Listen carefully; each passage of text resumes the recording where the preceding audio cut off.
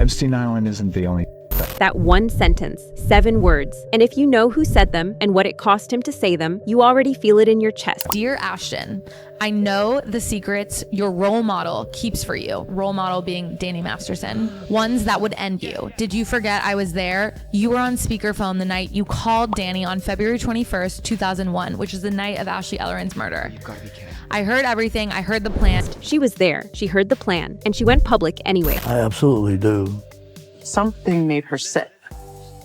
A healthy 32-year-old doesn't just die. A father who never stopped asking questions, a whistleblower who says she heard the call, and a man, Jim Caviezel, who just broke down on camera talking about what he believes happened to Brittany Murphy. But here's what nobody is connecting. Brittany Murphy didn't just die. And if what's now being alleged is true, she didn't just get sick either. She was taken to a place. She was used. She was silenced. And the man at the center of it all spent the next decade smiling on your television screen. This is the story they don't want told. Let's be clear about something from the jump. Jim Caviezel is not a man who speaks carelessly. He's an actor who watched his career get dismantled, slowly, deliberately, because he refused to stay quiet, blacklisted, mocked, written off. And yet here he is, still talking, still naming names, still pointing at things that powerful people would very much prefer you didn't look at. And recently, Jim Caviezel broke down, genuinely, visibly broke down, while discussing what he believes happened to Brittany Murphy. Not just her death, not just the pneumonia story, what allegedly happened to her before she died, on an island, inside a network, at the hands of people who have never faced a single consequence. We're going to get there, but to understand what Caviezel is revealing, you first have to understand the architecture. Because this story doesn't start with Brittany Murphy's death, it starts with how she got pulled into the orbit of the man who allegedly put her there. Ashton Kutcher, born Christopher Ashton Kutcher in Cedar Rapids, Iowa. Working class. No connections, no industry access. Just a good-looking kid who got discovered at a bar in the late 1990s and walked straight into the modeling world. Calvin Klein, and then, here's where you need to slow down and pay attention, Abercrombie and Fitch. If you look in the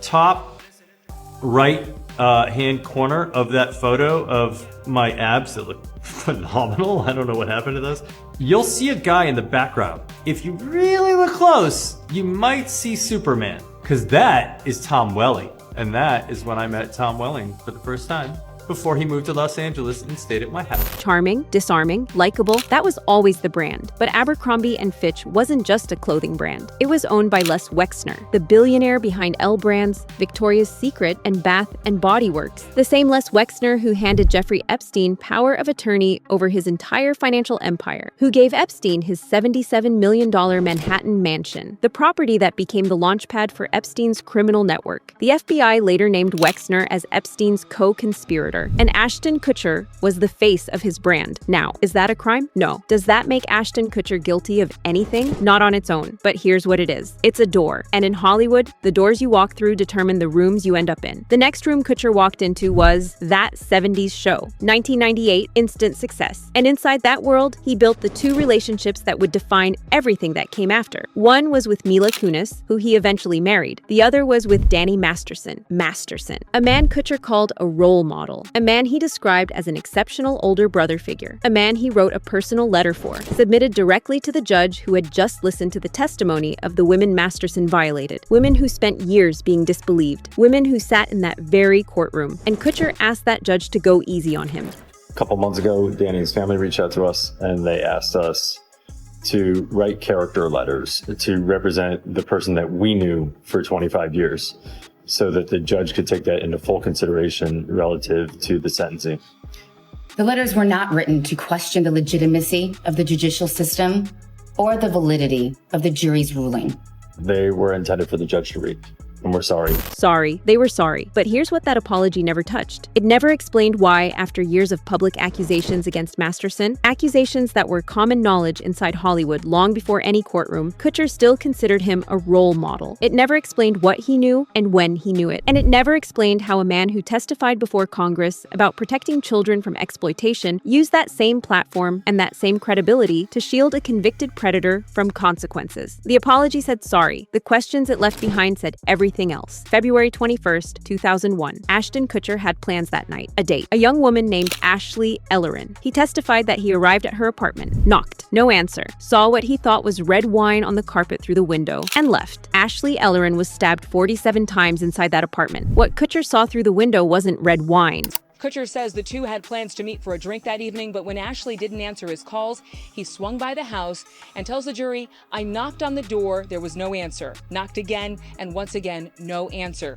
He adds, "At this point, I pretty well assumed she had left for the night and that I was late and she was upset." He assumed she left. He didn't call the police. What he did call, and this is where Jim Caviezel's words hit like a freight train, was Danny Masterson and his publicist. Those were the two calls Ashton Kutcher made on the night Ashley Ellerin was murdered.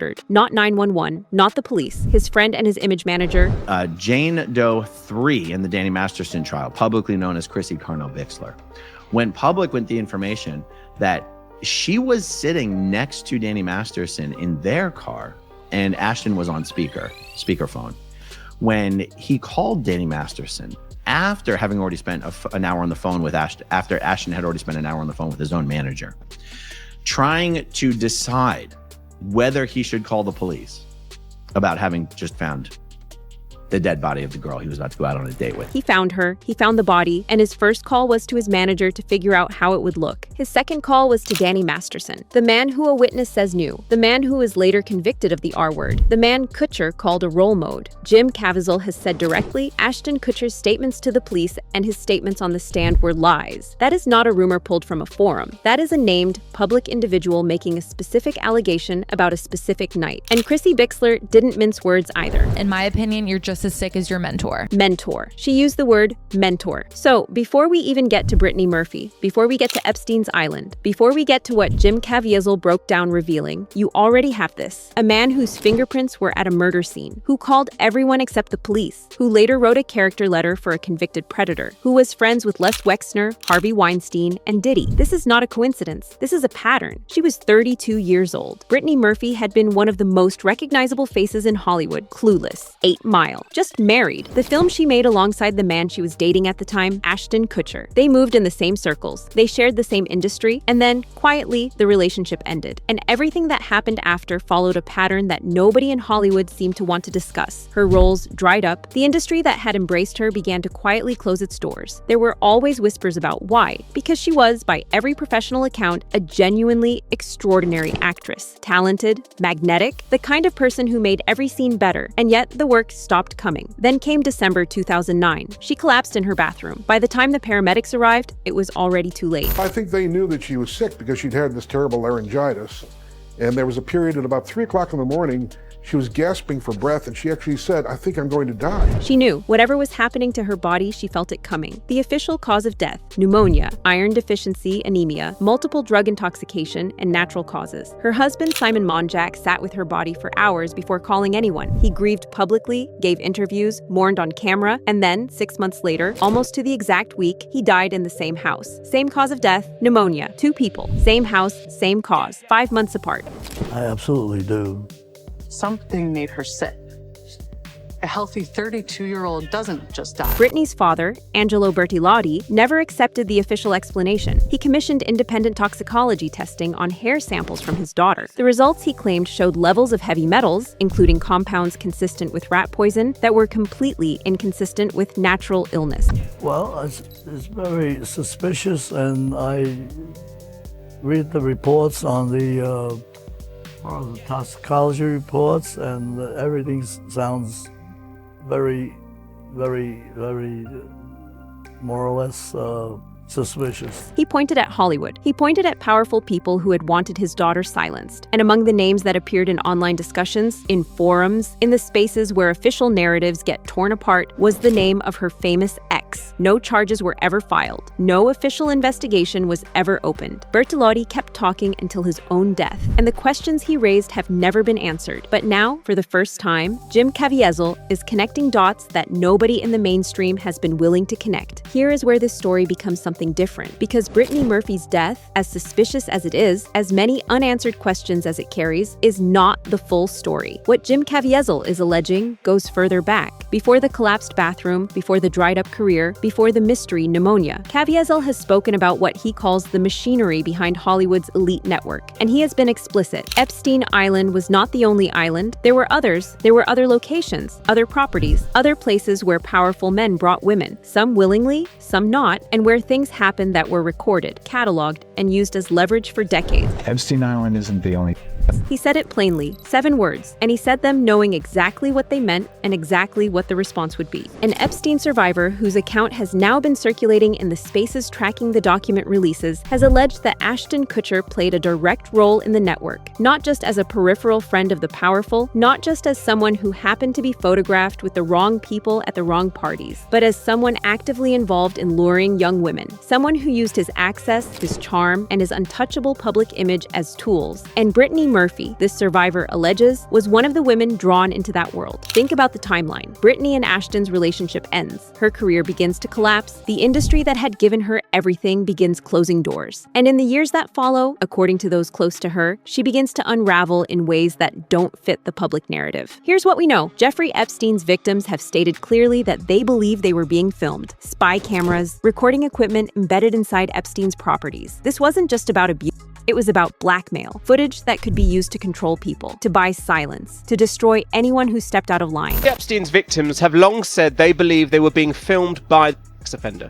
And this footage from a spy cam style camera inside Epstein's Palm Beach house appears to show just that. If that footage existed and investigators believe it did, then the question becomes not just who was on it, but who was being protected by it. Who in Hollywood was being kept in line because somewhere, on a hard drive or a server or in a vault, there was evidence of something they couldn't explain away. And if Brittany Murphy saw something, if she knew something, if she was in a position to talk about what happened inside that world, then her silencing stops being a mystery and starts being a motive. Jim Caviezel broke down discussing this. A man who has kept his composure through years of being mocked and dismissed, who has faced career destruction without flinching, he broke down. Because when you start connecting these pieces, the picture that forms is not abstract. It's specific. It has names, it has dates, it has a young woman who told her family she thought she was going to die, and then did. Let's talk about the web, because you cannot understand what happened to Brittany Murphy without understanding the structure around her. Ashton Kutcher, Diddy, Les Wexner, Harvey Weinstein, Danny Masterson, Jeffrey Epstein. These are not random names pulled from different corners of Hollywood. These men inhabited the same world. They attended the same events. They protected each other. And when one of them needed something kept quiet, the machinery kicked in publicists, lawyers, fixers, character letters, coroner reports, official rulings that closed cases before the real questions could be asked. Need party stories? They're our favorite genre of anecdote. If you really? have one, yeah. Wow. Okay, I've got a lot I can't tell. So, can't tell that one either. I mean, I'm like actually cycling through them. He can't tell. He's cycling through them. And he said that on camera with a smile as if it were an amusing anecdote rather than a confession wrapped in a punchline. That silence is loud. That's the right phrase for it. Because Kutcher built his entire public identity on speaking up. Thorn, his anti-child organization, was his crowning achievement, the thing he pointed to when anyone questioned his character, the thing that inoculated him against scrutiny for years. And yet he was friends with Les Wexner, who empowered Jeffrey Epstein. He partied with Diddy, who is now facing federal charges. He wrote letters for Danny Masterson, who is now serving 30 years. He was photographed with Harvey Weinstein convicted. And I went, oh, okay. Now I understand what we're up against.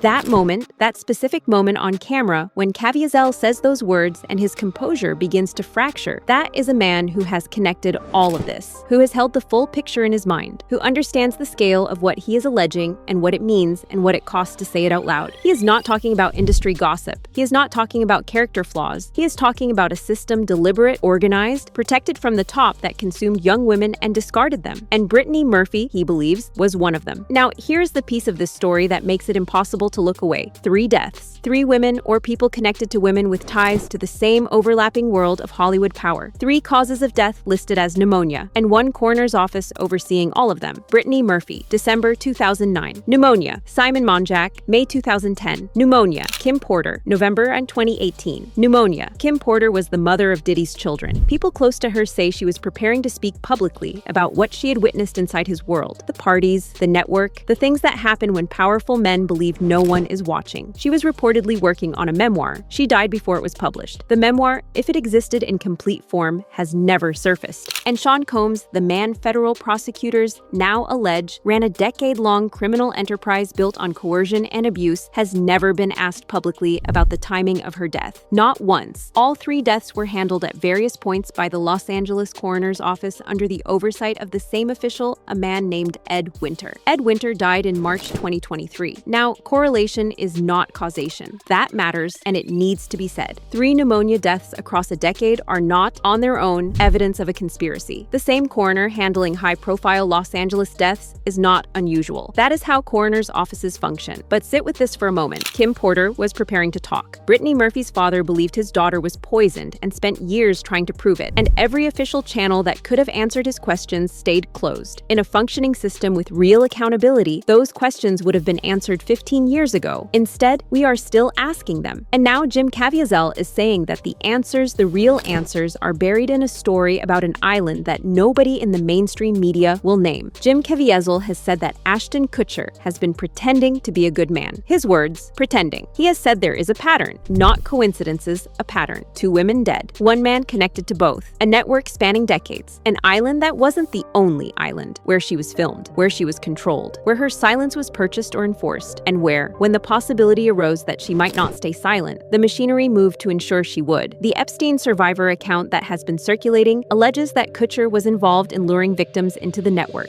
that his charm and his fame were not incidental, they were the mechanism. A young actress receiving attention from Ashton Kutcher would not feel alarmed. She would feel flattered. She would feel chosen. And by the time she understood what world she had walked into, the cameras were already rolling. More secrets. That is the operative phrase, because this is not a closed story. The Epstein files are still being unsealed. The Combs case is still expanding. Hollywood's wall of silence, a wall that held for decades, is cracking. And behind it are names, dates, footage, documentation. Brittany Murphy's father went to his grave insisting his daughter was murdered. He had hair samples tested. He found heavy metals. He pointed at Hollywood. He was dismissed, marginalized, and ignored by every official channel that was supposed to care. But here's the thing about fathers who don't stop asking questions. Eventually, someone starts listening. Ashton Kutcher built a career on 3 things: likability, access, and reinvention. Every time the old version of Ashton stopped working the prankster, the actor, the tech bro, the activist, a new version appeared, polished, reframed, ready for the next chapter, and the world applauded every single iteration because he was good at it. He was very, very good at it. But here's what no reinvention can outrun. He wrote a character letter for a convicted rapist and called him a role model. He was found to have been at the scene, fingerprints confirmed, on the night a woman he was supposed to be with was murdered, and his first calls were to his manager and Danny Masterson. He partied with Diddy for 2 decades and has never said a single word about it publicly. He modeled for a brand owned by the man who handed Jeffrey Epstein his empire. He built an organization fighting child trafficking while maintaining friendships with men now convicted or charged with the very crimes he claimed to be fighting. And 2 women connected to him, 2 women who were part of his world, died under circumstances that their loved ones and now a named public whistleblower refused to accept as natural. The gap between who Ashton Kutcher told the world he was and who the evidence documented, sourced, on record, suggests he actually is